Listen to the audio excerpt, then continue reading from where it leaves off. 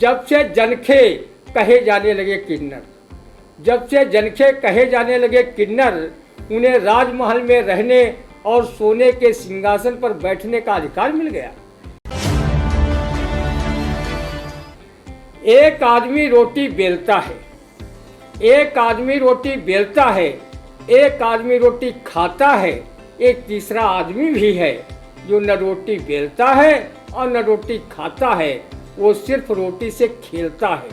मैं पूछता हूँ, ये तीसरा आदमी कौन है? मेरे देश की संसद मौन है, मेरे देश की संसद मौन।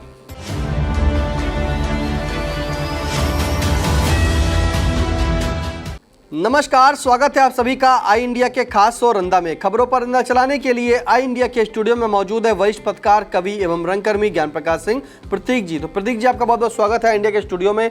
आज की पहली खबर की शुरुआत करते हैं, जहां पीएम आवास योजना ग्रामीण में बड़े पैमाने पर लापरवाही हुई उजागर। 168 मृतकों को दे दिए गए आवास, खाते में भेजे गए 1 करोड़ 15 लाख रुपए।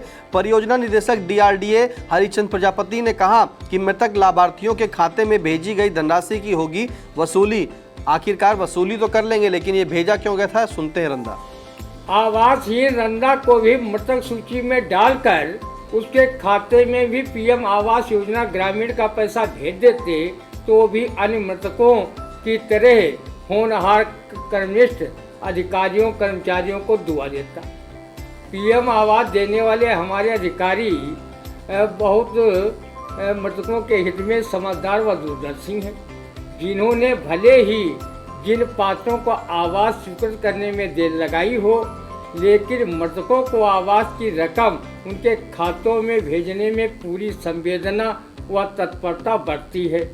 वो जानते हैं कि पितृपक्ष में मृतक आएंगे तो वो बेचारे 15 दिन कहाँ रहेंगे।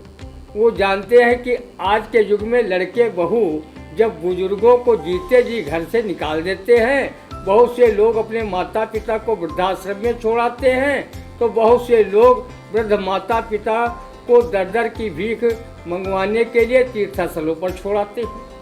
अगर मृतकों के आवास के लिए अधिकारियों ने जो पैसा खाते में भेजा है, अगर उसका भंडा न फूट गया होता तो शायद उनके आवास भी बन जाते और हर साल पितृपक्ष में मृतक 15 दिनों के लिए स्वर्ग नरक लोक से पृथ्वी लोक पर आते तो अपने आवास में सुखपूर्वक रहते।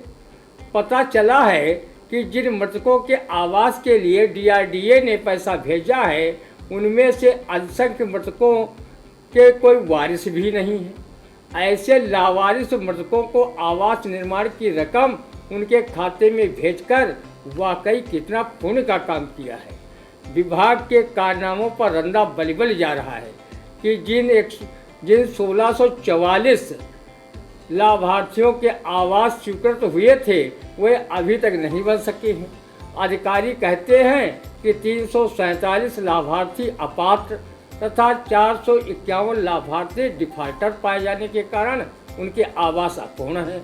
इसी तरह 168 लाभार्थी मृतक हैं, इनका कोई वारिस भी नहीं है, जबकि 111 लाभार्थी गांव से पलायन कर गए हैं। वहीं 22 के पास जमीन ही उपलब्ध नहीं है, वह 28 का कोर्ट से स्थगन आदेश जारी है, जबकि 37 का आपसी विवाद है। इसके अलावा 14 लाभार्थी ऐसे हैं जो सरकारी जमीन पर आवास बना रहे थे, उन्हें रोका गया है। वहीं 16 की धनराशि दूसरे के खाते में चली गई है। अपात्रों से 1 करोड़ 45 लाख 90 हजार रुपये वसूले जाने हैं। रंदा को बताया गया है कि जिले में सिर्फ आवास योजना ही नहीं, अनेक योजनाओं में भ्रष्टाचार का घुन लगकर उसे खोखला कर रहा है। समाज कल्याण विभाग सीतापुर अपने कारनामों के लिए भी काफ़ी प्रसिद्ध रहा है। यहाँ पर अनेक सुहागिन औरतों ने कई साल पहले विधवा पेंशन तक बनवा ली थी। शादी विवाह अनुदान में भी खूब गोलमाल की खबरें मीडिया की सुर्खियाँ बनी थी। शायद ऐसे नेताओं अधिकारियों के लिए कवि धूमिल ने कविता लिखी हो। एक आदमी रोटी बेलता है, एक आदमी रोटी बेलता है, एक आदमी रोटी खाता है, एक तीसरा आदमी भी है जो न रोटी बेलता है और न रोटी खाता है, वो सिर्फ रोटी से खेलता है। मैं पूछता हूँ, ये तीसरा आदमी कौन है? मेरे देश की संसद मौन है, मेरे देश की संसद मौन। मेरे देश की संसद मौन है, यकीनन बिल्कुल। जहाँ पे मृतकों को जो है आवास आवंटित कर दिया, बस उनको खातों में पैसा भी ट्रांसफ़र कर दिया, लेकिन इतना नहीं हो सका कि जो मकान बनता। अगर मकान बनते समय जो है ये भंडाफोड़ होता तो उसका कुछ अंजाम ही कुछ और होता। अगली खबर पर ले चलते हैं, जहां गरीब बच्चों को बहला फुसला कर उन्हें नपुंसक बनाकर भीख मंगवाने वाले सिधौली के काजल किन्नर की 2 करोड़ की संपत्ति डीएम के आदेश पर जब्त हो गई। अब इस जब्तीकरण पर क्या कहेगा रंदा, सुनते हैं। खुदा का लाख लाख शुक्र है कि कहो काजल किन्नर की चपेट में रंदा नहीं आया, नहीं तो वो अन्य बच्चों की तरह उसे भी नपुंसक बनवाकर उससे भीख मंगवाता। रंदा भी किन्नरों की तरह लटके झटके दिखाकर यूँ हाँ जी कहते हुए तालियां चटकाता घूमता और किसी के जन्म मुंडन व शादी संस्कार में किन्नर भाव भंगिमा में नाच गाकर नेग निछावर मांगता घूमता। उसका मर्दानापन गधे की सींग की तरह गायब हो जाता। रंदा सिधौली पुलिस व प्रशासन को बधाई देता है कि कम से कम उन्होंने काजल किन्नर को जेल में ठूंस कर उसकी अवैध रूप से कमाई गई 2 करोड़ की संपत्ति जब्त की। रंदा किन्नरों को सम्मान देने के लिए उन्हें मुख मंगली तक कहा करता था, क्योंकि मांगलिक कार्यों में किन्नरों के आगमन को शुभ माना जाता है। सरकार ने भी अब किन्नरों को थर्ड जेंडर में डालकर सरकारी योजनाओं का लाभ अन्य जेंडरों की तरह दे रही है। काजल किन्नर ने पता नहीं कितने बच्चों को किन्नर बनवा दिया। नकली किन्नरों की भरमार है। असली किन्नरों में कई किन्नर देश प्रदेश में जनप्रतिनिधि भी रहे हैं। मध्य प्रदेश में किन्नर शबनम मौसी जहां विधायक रही हैं, वहीं गोरखपुर के मेयर पद पर आशा किन्नर को मतदाताओं ने चुना था। कई नगर पालिकाओं के सदस्य भी किन्नर रहे हैं। काजल किन्नर की अभिलाषा रही होगी कि वो भी इस कविता के भावार्थ की तरह शानो शौकत की जिंदगी बिताएं, भले ही इसके लिए दूसरों को नपुंसक बनवाने व उनसे भीख मंगवाने का घृणित पाप क्यों न करना पड़े। यदि होता किन्नर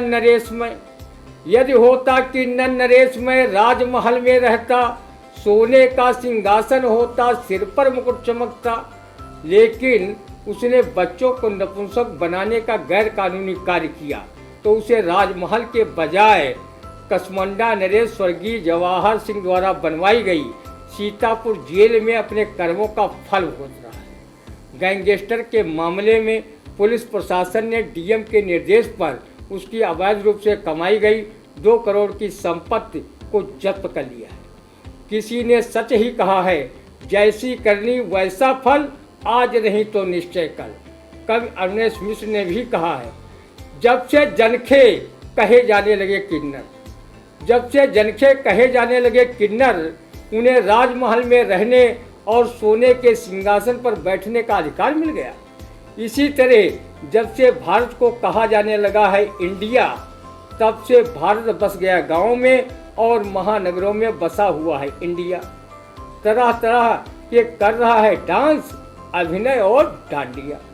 तो शुक्र है कि रंदा जो है काजल किन्नर के संपर्क में नहीं आया, वरना आज जो रंदा है आपको रंदा सुना रहा है, वो ना सुना रहा हो तो क्योंकि उसका भी हाल नपुंसक बनाकर किन्नर के रूप में हो रहा होता। फिलहाल अगली खबर की शुरुआत करते हैं, जहां अब पालतू जानवरों का रजिस्ट्रेशन हुआ अनिवार्य। रजिस्ट्रेशन न होने पर कार्रवाई करेगा जिला प्रशासन। खैराबाद व हरगांव में सबसे ज़्यादा है कुत्तों का आतंक। अब इस कुत्तों के आतंक पर और पालतू जानवर के रजिस्ट्रेशन पर क्या कहेगा रंदा, सुनते हैं। अगर पालतू जानवरों के पंजीकरण होने से आवारा कुत्तों का आतंक समाप्त हो जाए तो सबसे पहले प्रशासन रंदा को पालतू जानवर मानकर उसका पंजीकरण कर ले। माना जिन लोगों ने पालतू जानवर अपने पास रखे हैं वो रजिस्ट्रेशन तो करा ही लेंगे, लेकिन उन आवारा कुत्तों का रजिस्ट्रेशन कौन कराएगा जो खैराबाद तथा हरगांव क्षेत्र में आतंक का पर्याय बने हुए हैं और लोगों को आए दिन अपने पैने दांतों से कटकटा रहे हैं। रंदा ने आवारा कुत्तों को आतंक से निजात दिलाए जाने की मांग शासन प्रशासन से की थी, लेकिन आवारा कुत्तों के बजाय प्रशासन फोकस पालतू जानवरों के रजिस्ट्रेशन पर कर रहा है।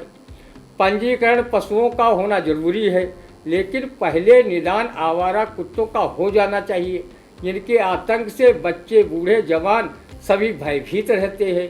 क्योंकि किसी ने कहा भी है कि काटे चाटे श्वान के दोनों भांति विपरीत। बिल्कुल सही, काटे चाटे श्वान के दो भांति विपरीत। बिल्कुल सही करंदा ने कहा है कि पालतू जानवरों का रजिस्ट्रेशन तो बिल्कुल सही है, करा ले, लेकिन क्या रजिस्ट्रेशन कराने से जो आवारा कुत्ते हैं क्या उनका आतंक कम होगा?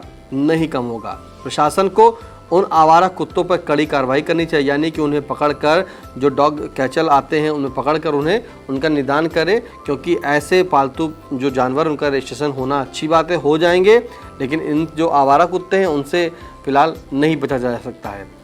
तो आज का रंदा आपको कैसा लगा प्लीज़ कमेंट करके जरूर बताइएगा। और हाँ, अभी तक अगर आपने आई इंडिया को सब्सक्राइब नहीं किया है तो यूट्यूब पर जाकर आई इंडिया को करें सब्सक्राइब, बेल आइकन प्रेस करें। कोई सुझाव हो तो कमेंट के माध्यम से ज़रूर बताएं। अब फिर मिलते हैं आपसे अगले रंदे के कार्यक्रम में। दीजिए इजाज़त, नमस्कार।